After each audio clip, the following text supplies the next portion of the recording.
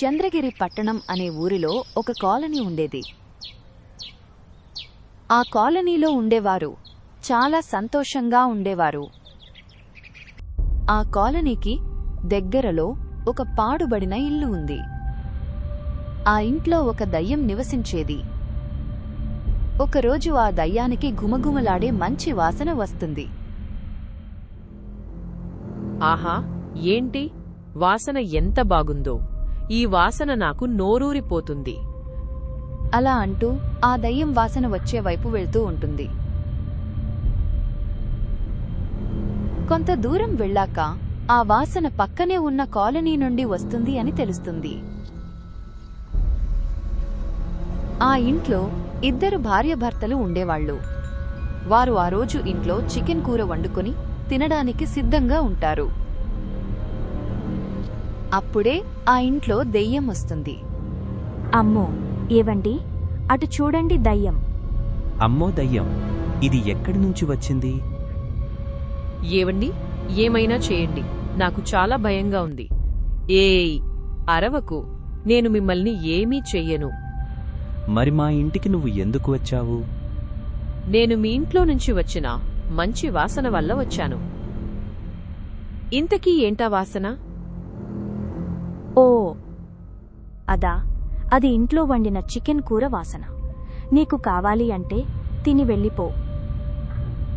దయ్యం వెంటనే ఆ చికెన్ కూర తినడం మొదలుపెడుతుంది.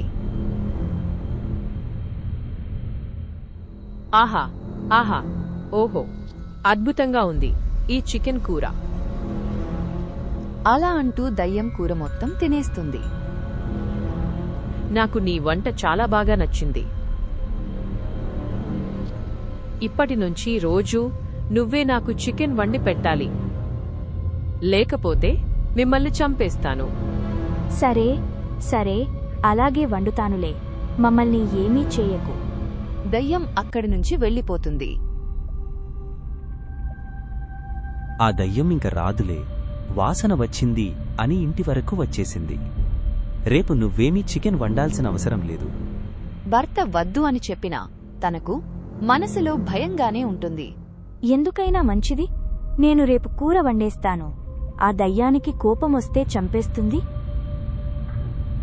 దయ్యం మరుసటి రోజు కూడా వస్తుంది. అయ్యో, ఈ పాడు దయ్యం ఈరోజు కూడా వచ్చేసింది ఏంటి? ఇప్పుడు ఏం చేద్దాం? చికెన్ వండలేదు కదా. ఏవండి, నేను ఎందుకైనా మంచిది అని వండానులేండి.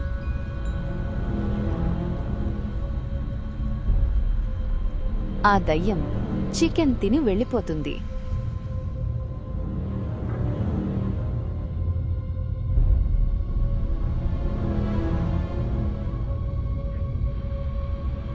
మరుసటి రోజు కూడా అది చికెన్ తిని వెళ్ళిపోతుంది. ఇలా రోజుకి ఒక విధంగా చేసిన చికెన్ తిని వెళ్లేది ఆ దయ్యం. ఇలా ఎన్ని రోజులు ఈ దయ్యానికి వండి పెట్టాలి? నా సంపాదన మొత్తం దీనికే అయిపోతుంది.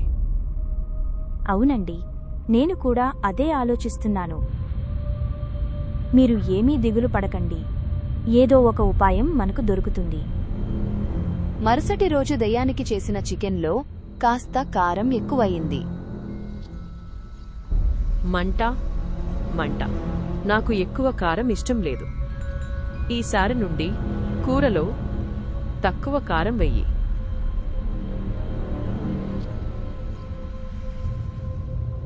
ఏవండి, మీరు ఒకటి గమనించారా? ఈరోజు ఆ దయ్యానికి కారం అంటే పడదు అని తెలిసింది. హా, అవును, నేను కూడా చూశాను. అయితే మనం దాన్ని కారంతోనే వెళ్ళగొట్టాలి. ఏదైనా ఉపాయం ఆలోచించు. మరుసటి రోజు దయ్యం వచ్చి ఇలా అంటుంది. త్వరగా చికెన్ తీసుకురా, బాగా ఆకలేస్తుంది. సరే. బాగా కారం వేసి వండిన చికెన్ బిర్యానీ తీసుకుని వస్తుంది.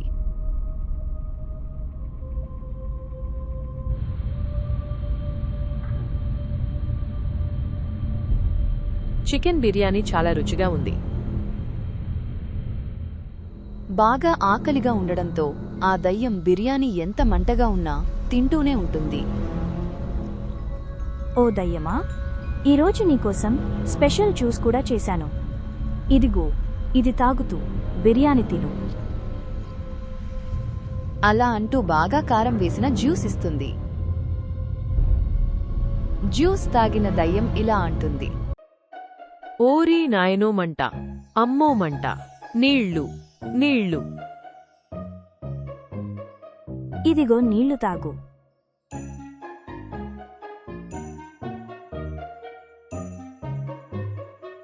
ఓ దయ్యమా, నీకు ఈ నీళ్లు సరిపోవులే. ఊరి బయట ఒక చెరువు ఉంది, పోయి దాని దగ్గర తాగుపో. మంట మంట. అలా అంటూ దయ్యం చెరువు కోసం వెతుకుతూ వెతుకుతూ ఆ ఊరు వదిలి పారిపోతుంది.